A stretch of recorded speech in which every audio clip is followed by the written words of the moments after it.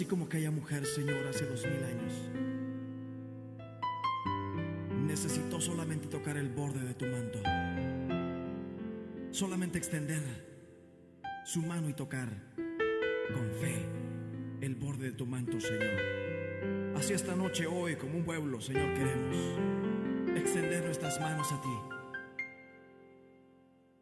Que liberes nuestra alma, nuestra mente, que restaure nuestra vida, Dios, para llegar a la estatura del varón perfecto. Así como aquella mujer, quizá hemos gastado todo, intentado todo. Dice la Biblia que hasta lo último ella había intentado y no le iba bien, le iba peor, dice. Pero esa vez ella escuchó que el maestro pasaba por la ciudad, que Jesús pasaba por su ciudad. Oh, querido hermano, Jesús está pasando tu ciudad este momento. Él está pasando con un manto de misericordia, extendiéndote a ti su amor, su perdón. Él quiere levantarte. Él no te quiere ver derrotado. Él no te quiere ver abatido. Solo extiende tu fe, como aquella mujer lo hizo. Él está pasando por tu ciudad.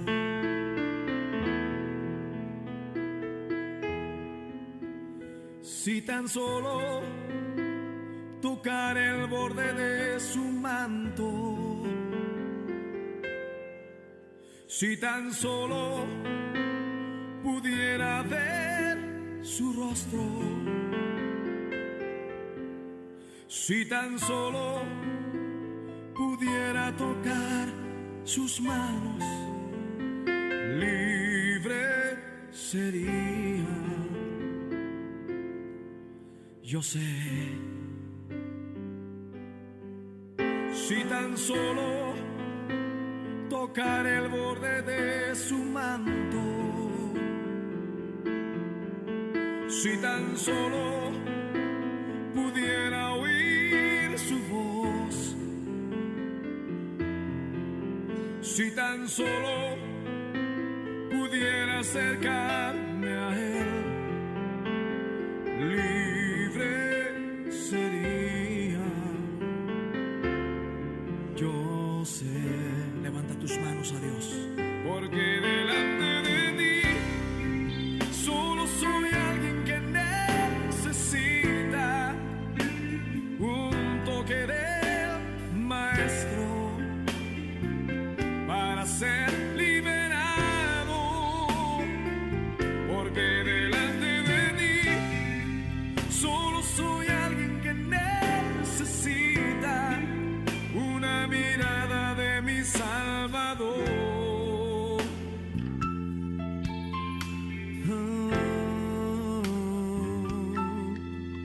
Y si tan solo tocar el borde de su manto, levanta tus manos y tócale. Si tan solo pudiera ver su rostro, si tan solo pudiera tocar tus manos, Señor, libre sería. Yo sé, porque delante de ti solo soy alguien que necesita un toque del maestro para ser liberado, porque delante de ti solo soy alguien que necesita una mirada de mi Salvador. Sí, Señor, solo necesito una mirada tuya, Dios. Dilo conmigo. Porque delante de ti solo soy alguien que necesita un toque del maestro para ser liberado, porque delante de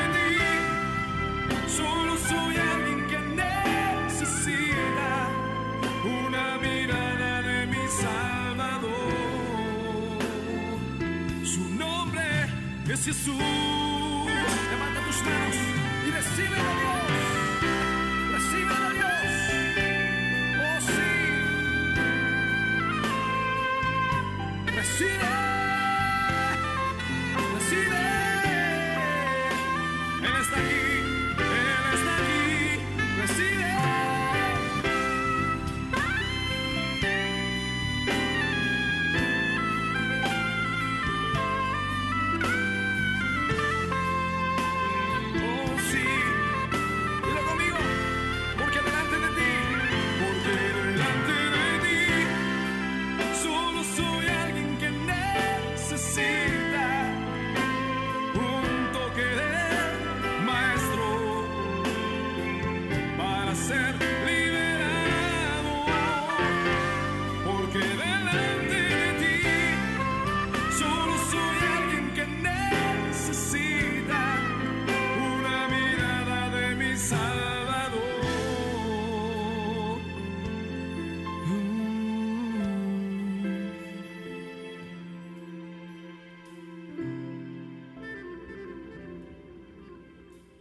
Jesús, Jesús, Jesús, nombre sin igual. Suavemente dile al Señor, Jesús, Jesús, sí Señor, Jesús, nombre sin. Levanta tus manos y dile a tu Señor, Jesús, Jesús, Jesús, nombre sin igual. Levántalas y dilo conmigo, Jesús,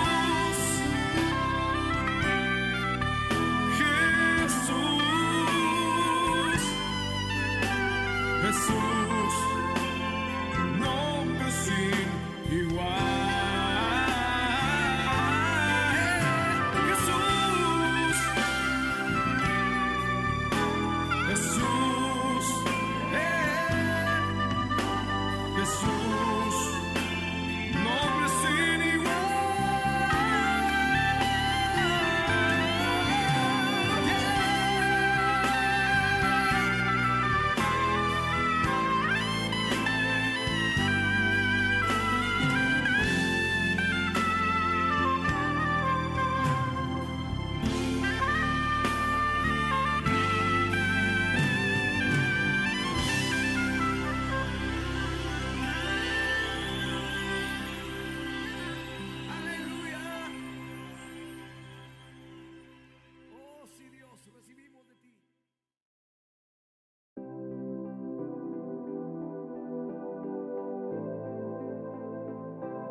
Pregunta número 1. ¿Durante cuántos días se presentó Jesús vivo a sus discípulos antes de ascender al cielo? ¿Fue durante 20 días? ¿Durante 30 días? ¿Durante 40 días? ¿O durante 70 días?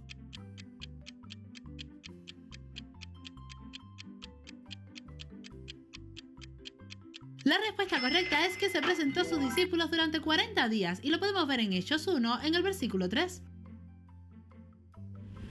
Pregunta número 2. ¿Sabes qué discípulo de Jesús adquirió un campo con el salario de su iniquidad? ¿Fue Pablo? ¿Pedro? ¿Judas? ¿O Mateo?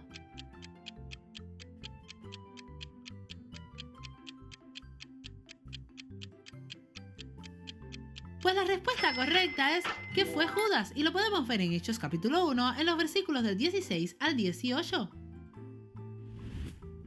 Pregunta número 3. ¿Qué quiere decir Aceldama? Aquí te van las siguientes opciones: campo de sangre, monte de Dios, monte de Abraham o monte Calvario. Corre el tiempo.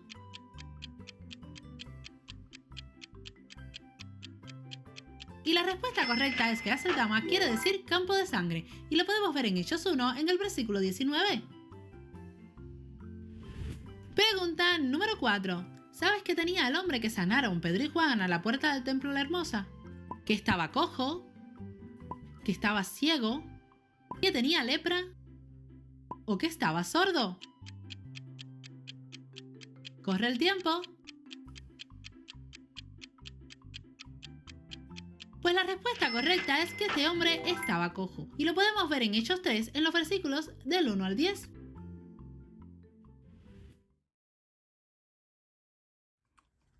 Dios les bendiga, hermanos. En esta tarde, una vez más, estoy aquí con ustedes para compartir la palabra.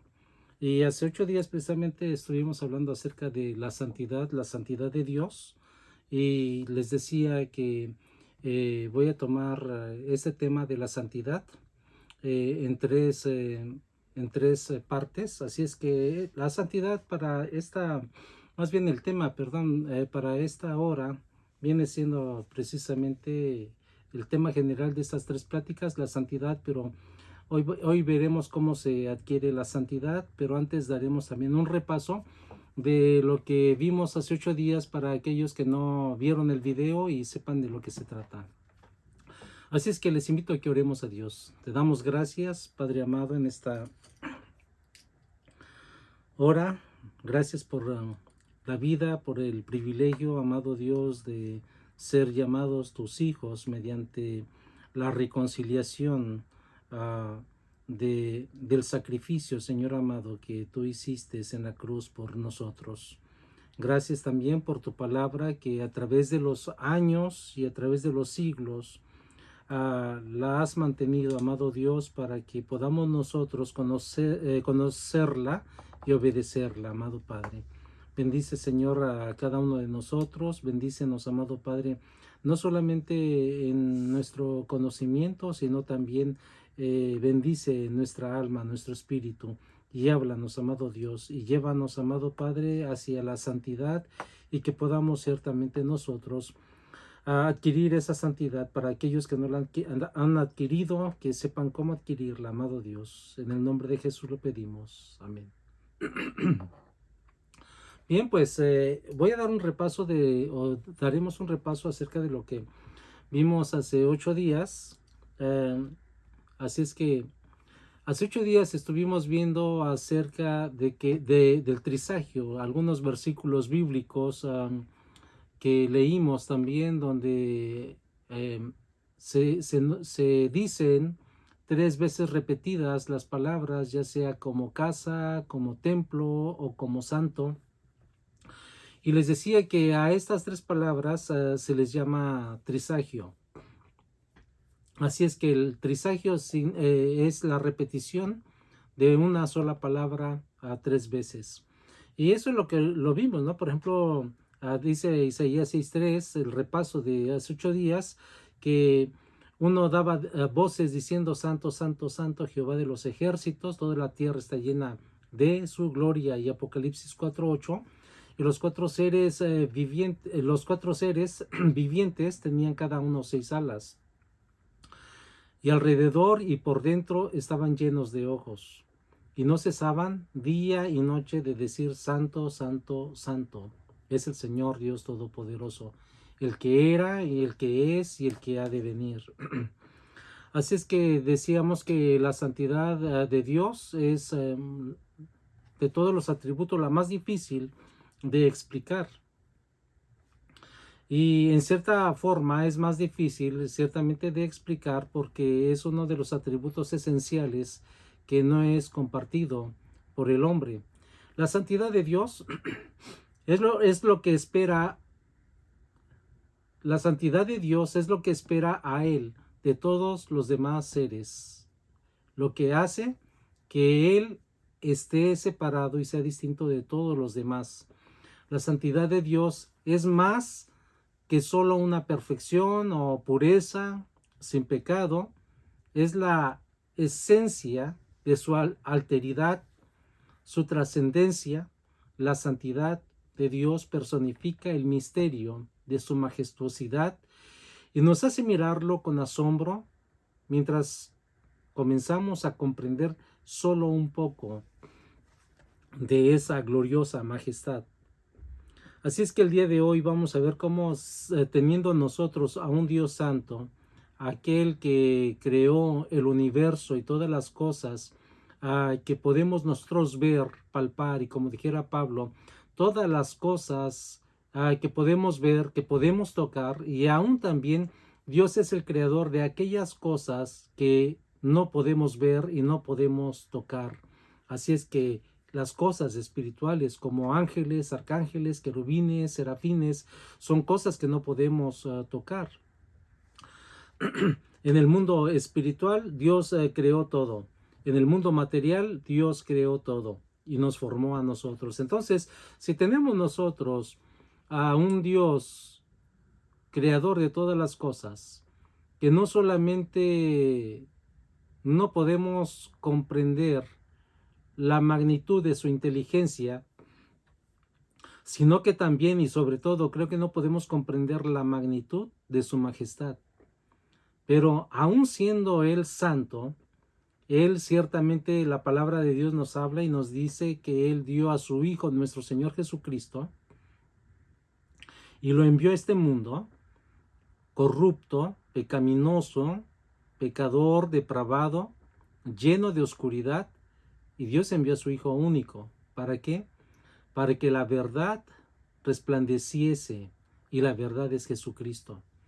Por esa razón dice la palabra, hablando Jesucristo, yo soy el camino, la verdad y la vida, y nadie viene al Padre si no es por mí. Y este pasaje ciertamente, o este conocimiento que Jesucristo nos da, precisamente es para que nosotros solamente pongamos nuestra mirada en Jesucristo, en nadie más.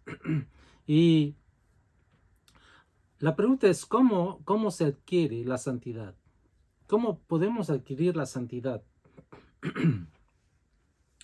Muchas personas tienen un concepto errado de la santidad. Su idea de un santo es una persona que ha llevado una vida ejemplar, que es venerado por la iglesia, pero la palabra de Dios presenta un cuadro básicamente diferente. La iglesia de Corinto tenía todo tipo de problemas, de conductas, y había realmente ahí personas que tenían comportamientos difíciles. Pero Pablo describe a los creyentes de esta iglesia de Corinto como los santificados en Cristo Jesús, llamados a ser santos. Y eso lo encontramos en 1 Corintios 1:2. Como el mismo apóstol Pablo reconoce a esta iglesia con todas sus anomalías, reconoce a cada uno de los integrantes de esta iglesia como personas santas. ¿Por qué? Porque en este pasaje vemos cómo él lo dice, cómo él lo afirma. Entonces es algo muy importante saber que la santidad no la vamos a adquirir por medio de una religión. Algunos tienen el otro concepto también equivocado, que si yo voy a la iglesia constantemente, yo voy a ser más santo. O algunos dicen, bueno, si yo leo la Biblia mucho, voy a ser santo. Si yo doy y ayudo a los pobres, si doy mis riquezas y ayudo a los pobres, voy a ser santo, voy camino a la santidad. Y por ahí está un concepto también que se maneja, que no es bíblico definitivamente, pero dicen que la limpieza es próximo a la santidad. Y eso realmente tampoco puede aquí ser verdad a la luz de la palabra de Dios. O sea, una persona por muy limpia, hablando en todos los aspectos, físicamente, se baña 4 o 5 veces diarias, se cambia de ropa 3 o 4 veces al día, tiene todo realmente limpio en casa, todo bien ordenado, eso no indica que esté próxima a la santidad. Y hablando también moralmente, puede ser una persona muy pulcra, muy cuidadosa de sus palabras, cuidadosa de sus actos, cuidadosa de sus gestos faciales para no poder ofender a nadie. Puede cuidar mucho también su actitud benévola, su actitud comprensiva hacia el necesitado, y también una persona que puede también manifestar a través de su rostro piedad y a través de sus obras también. Pero nada de esas cosas nos hacen santos. Ninguna de esas cosas nos llevan a la santidad. Porque Isaías, precisamente hablando de todas estas obras, todo lo que enumeré y cosas que no he enumerado y que podríamos seguir enumerando, Isaías dice que todas nuestras obras y nuestras justicias son como trapo de inmundicia.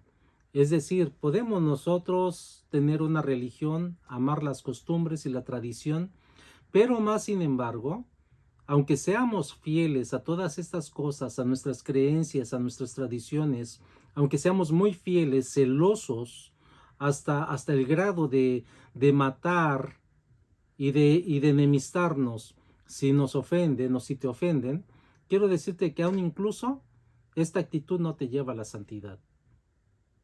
Eso es fanatismo, pero no es santidad. Ahora, ¿cómo podemos nosotros adquirir la santidad en realidad? Si no podemos nosotros adquirir la santidad portándonos bien, siendo piadosos, teniendo amor y dando todos nuestros bienes al pobre y necesitado. Entonces, si no alcanzamos la santidad por medio de la limpieza física, ni tampoco de nuestra buena moral, entonces, ¿cómo vamos a encontrar la salvación? Bueno, dice la palabra del Señor en Efesios capítulo 4:8, dice: la salvación no es por obras. Y aquí nos los deja bien claros para que podamos nosotros ciertamente estar conscientes de que todo lo que nosotros hagamos no es para salvación. Nos ayuda ciertamente para vivir mejor en este mundo, pero no es para salvación de nuestra alma. Por esa razón dice este pasaje, dice: nuestra salvación no es por obras, para que nadie se jacte, para que nadie se gloríe, sino más bien la salvación es a través de nuestro Señor Jesucristo. Y ahí lo enumera. O sea, como yo les digo, ciertamente hay muchas veces que la gente tiene el concepto de santos y dicen, bueno, es esta representación de aquel hombre que fue santo en la historia, y lo metemos en este nicho y lo veneramos, o de alguna manera también él puede escuchar nuestras oraciones y las va a llevar al Padre. Pero por mucho que le oremos a un muñeco o a una imagen religiosa o muñeco religioso, nunca jamás encontraremos la salvación. Si tú dices, bueno, yo me voy a encerrar en un convento, me voy a ir a un monasterio, me voy a vestir con ropas que no son cotidianas, y voy a hacer plegarias constantemente, y voy a latigar mi cuerpo, lo voy a herir para que tenga yo más dominio de mi carne, ciertamente no puedes llegar, ni ninguna persona puede llegar a la santidad por medio de estas acciones. ¿Por qué? Porque son precisamente obras que Efesios capítulo 4 versículo 8 enumera, que la salvación no es por obras, para que nadie se gloríe. Son actos ciertamente muy feos, pero pareciera que como que son también a la vez piadosos para que la persona alcance salvación. Pero te voy a decir una cosa. La Biblia en Lucas capítulo 3, versículos 7 al 8 dice: y decía Juan a las multitudes que salían para ser bautizados por él: oh generación de víboras, ¿quién os enseñó a huir de la ira venidera? Haced pues frutos dignos de arrepentimiento, y no comencéis a decir dentro de vosotros mismos: tenemos a Abraham por padre, porque os digo que Dios puede levantar hijos a Abraham aún de estas piedras. Entonces, ¿cómo habla Juan a esta generación? Les dice generación de víboras. Y si nosotros hacemos todas las cosas de justicia por nuestros propios medios, venimos siendo o estando en este grupo de generación de víboras. Entonces, lo que necesitamos nosotros realmente es, dice la palabra, de hacer verdaderamente frutos de arrepentimiento, es decir, venir al arrepentimiento. Lucas capítulo 3, versículo 11 al 14 dice: y respondiendo les dijo: el que tiene dos túnicas, o sea, ya nos da aquí la base del arrepentimiento. El que tiene dos túnicas, dé al que no tiene. Y el que tiene que comer, haga lo mismo, dé al que no tiene. Vinieron también unos publicanos para ser bautizados y le dijeron: Maestro, ¿qué haremos? Él les dijo: no exijáis más de lo que os está ordenado. También le preguntaron unos soldados diciendo: ¿y nosotros qué haremos? Y les dijo: no hagáis extorsión a nadie, ni calumniéis, y contentaos con vuestro salario. Entonces, una de las cosas ciertamente que trae el arrepentimiento es un cambio no solamente de mente. La gente dice: te lavaron el cerebro, pero no solamente el arrepentimiento nos cambia de idea, sino también el arrepentimiento nos lava el corazón, los pecados de nuestro corazón, como las envidias, como la ira, como tantas cosas que hay en nuestros corazones. Esos pecados ocultos desaparecen porque son borrados, son perdonados en el momento en que la persona se arrepiente.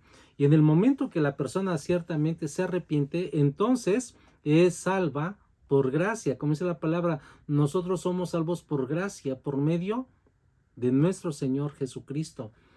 Y ciertamente la salvación es por gracia, no es porque hagamos algo para ser salvos, no es para algo para alcanzar la santidad.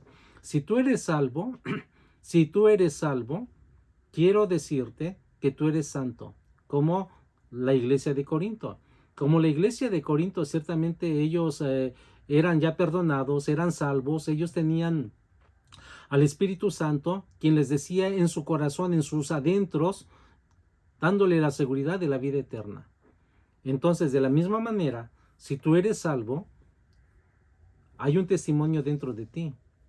Y el testimonio que hay dentro de ti es la salvación, es el perdón de tus pecados. Y también hay un gozo que se manifiesta al exterior y la gente ciertamente lo ve. El gozo del perdón, el gozo de ser salvo, el gozo de tener a Jesucristo en tu vida, el gozo de ser obediente. Pero si tú no eres salvo, todas las cosas que enumeramos anteriormente, todas esas obras muertas, te traen satisfacción en el momento cuando tú ves realmente las caras felices al hacer cosas buenas para las otras gentes. Pero después de mucho tiempo que tú lo haces y convirtiéndose en un hábito, entonces, ¿qué es lo que sucede? Ciertamente vienes muchas veces a perder el interés de aquello, porque simplemente te haces un ser servil. Entonces es importante tener el amor de Dios para que podamos nosotros, y tener su perdón, para que podamos nosotros comenzar a caminar en una vida de santidad. Una vez que tú recibes ciertamente el perdón de tus pecados, Dios viene a tu vida y desde ese momento comienzas a ser santo. Fíjate que santificar significa apartar algo para el uso común. Anteriormente, en el Antiguo Testamento, se consagraban vasijas, se consagraba el templo, se consagraban objetos, se consagraban también hombres, en este caso para el servicio de Dios, para el tabernáculo, los sacerdotes, los que tenían que servir ahí como panaderos, los que llevaban el pan, los que se dedicaban a la limpieza del templo. Entonces todas estas personas eran apartadas y santificadas, y Dios decía: quiero que esa tribu se santifique para mi servicio. Entonces es importante saber que hoy en día también todo lo que se aparta para el Señor, pueda ser tu vida, puedan ser los objetos, pueda ser cualquier otra cosa. Para nosotros hoy en día, lo santo en cuanto a objeto es la Biblia. La Biblia es santa porque su mensaje es santo. No el libro en sí, no el papel en sí, no quiere decir que eso sea santo, sino más bien lo que contienen esas hermosas páginas, el hermoso mensaje de esas páginas, que es el mensaje de vida, de perdón, para arrepentimiento de nuestros pecados, y también el mensaje que tanto nosotros necesitamos para conocer a Dios. Entonces, esas cosas son santas. Y si nosotros leemos el mensaje, creemos el mensaje, y nosotros guardamos la palabra en nosotros, entonces si la palabra de Dios es santa, nosotros somos santos porque la guardamos. Y cuando decimos guardar, no quiere decir poner esa Biblia o ese libro en un closet o en una caja fuerte, no, sino más bien que tú la leas. Y si dice la palabra, amarás al Señor tu Dios, amarás al Señor tu Dios con todo tu corazón, con toda tu mente, con toda tu alma, y a tu prójimo como a ti mismo. Entonces tenemos nosotros el contenido de la palabra en nosotros como conocimiento. Pero si tú no haces eso, como conocimiento no te sirve para mucho. Pero más sin embargo, si ese conocimiento lo llevas a la práctica, y si dice la palabra que hay que amar a Dios y a nuestro prójimo también como a Dios mismo y como a nosotros mismos, entonces eso quiere decir que en la práctica, si alguna persona te odia, te desprecia por ser cristiano, tú perdonas y pasas por alto esas ofensas. Entonces eso es llevarlo a la práctica, eso es guardar la palabra. Si tu esposa o tu cónyuge de repente comienza a querer crear algún problema, alguna discusión, entonces tú sabes que la Biblia dice que debemos de ser pacientes. Entonces, ¿qué vas a hacer ahí? Bueno, es ahí donde la obra de salvación se lleva a cabo, ¿no? Lo que es la base es la salvación, pero el comportamiento de que tú eres salvo se lleva a cabo, en el comportamiento se ve, el comportamiento se manifiesta, y se manifiesta precisamente en los momentos que nosotros no queremos que lleguen, en los momentos que no nos agradan, pero es ahí donde se manifiesta en realidad que somos santos. Así es que antes de que usted fuera santo, su posición en relación con Dios era solamente enemistad. Romanos, por ejemplo, 5:10 nos habla acerca de cómo Cristo ciertamente viene a amistarnos con Dios, a reconciliarnos. Pero en el momento que usted confió en Cristo como su Señor personal y su Salvador, el Señor también cambió su posición y la apartó y lo apartó para Él. Te apartó a ti para Dios, para su servicio. Y es algo ciertamente importante, que si Él te ha apartado, si Él te ha salvado, es porque has nacido de nuevo y ahora eres su hijo. Así es que te perdonó tus pecados, todos tus pecados, desde que tú naciste hasta el momento presente. Así es que Dios te ha perdonado todos tus pecados y Él te ha declarado justo. No importa los pecados que hayas hecho, Dios te ha perdonado. Y Dios te dice, eres justo en mi nombre y por mi sacrificio. Y eso realmente es lo que trae la salvación, la santidad. Un santo no es una persona perfecta. Tú puedes decir, oh, esta persona es perfecta, entonces es un santo. En esta vida, mientras estemos en este cuerpo y en este mundo, no vas a encontrar un cristiano perfecto. No vas a encontrar a una persona perfecta. Tal vez la encuentres con menos errores que el otro, pero no es perfecto. Así es que un santo no es una persona perfecta, sino más bien es alguien que está en una relación correcta con Dios. Aunque nuestra posición de santidad no se basa en la conducta, el Señor espera también que vivamos de una manera que le honre con nuestra conducta diaria. Dios te apartó a ti para que tú seas santo, y ese es el propósito de Dios, que tú seas santo. Esto significa que estás en este mundo, pero no para que tú vivas como cualquier persona que no conoce de Cristo, sino más bien que tú vivas, y estamos en este mundo para que nosotros vivamos para glorificar únicamente a aquel que nos creó, que nos salvó, y el único ser que nos ama, y Él es Dios. Así es que el Señor nos llama también a vivir de acuerdo a nuestra nueva posición en Cristo. Rechazar esta posibilidad de la santidad es un claro acto de ingratitud que entristece definitivamente el corazón de Dios.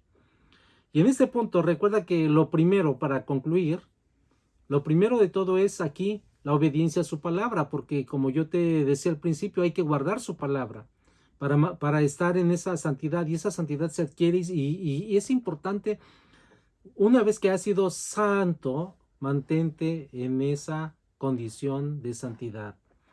De nada vale el conocimiento que podamos adquirir en este mundo si no somos capaces de someternos a la responsabilidad que trae con el dicho conocimiento. La cualidad de ser santos solo se aplica a hombres y a mujeres que han sido salvas y han decidido vivir en obediencia plena a Dios. Así es que te recomiendo a que busques la dirección del Espíritu Santo, ya que es el consejo que mayor funciona si en verdad quieres vivir en santidad. Oremos. Rogamos, amado Dios, que la santidad que tú has puesto en los corazones que han tenido esa reconciliación contigo y han recibido la salvación, que tu santidad, Señor, se perfeccione en mis hermanos, que se perfeccione en mi vida, en mi familia, que se perfeccione en todos aquellos que te conocen como Señor y Salvador. Y para aquellas personas que no tienen la santidad en sus vidas, ni tampoco la seguridad del perdón de sus pecados, ni a dónde van a pasar la eternidad si el día de hoy mueren, te pido, amado Dios, que uses este medio para que estas personas que no te conocen reciban, amado Dios, el toque de tu Santo Espíritu en sus vidas y las traiga al arrepentimiento para que ellas también puedan, Señor, recibir el gozo del perdón de los pecados y de la salvación, ese gozo glorioso. Y una vez, Señor, que estén situados en el punto del arrepentimiento y la salvación, entonces a partir de ahí comienzan a ser santos, porque tú vives en sus vidas y corazones. Si tú estás escuchándome y no has recibido a Jesús como tu Salvador, yo te invito a que hagas esta oración conmigo. Dile: Señor Jesús, yo sé que tú viniste a este mundo para salvar al pecador, y yo soy uno de ellos. He vivido de forma desordenada, desobediente y en rebeldía contra ti. Te ruego, amado Dios, que perdones mis pecados, límpiame de toda maldad y dame, Señor, el testimonio de tu Santo Espíritu, hablando a mi corazón, y llévame, amado Dios, al perdón de mis pecados. Yo te ruego, amado Dios, que perdones todos mis pecados, los que recuerdo y de los que ya no tengo conocimiento, de los que he olvidado. Perdóname, amado Dios. Cambia mi vida y mi corazón, y te recibo en mi vida como mi Señor y Salvador, desde ahora y para siempre. Amén. Que el Señor te bendiga. Si has hecho esta oración con fe, entonces has de sentir el gozo que hay en tu vida, y una vez que tú sientas el gozo que hay en tu vida, comienza a orar, a leer la palabra y vive en obediencia. Que el Señor te bendiga y nos vemos en 8 días. Tú eres santo, tú eres digno de recibir la gloria, el poder y el honor, Rey de los cielos, Dios todopoderoso. Ante tu nombre todo ser se postre, Señor.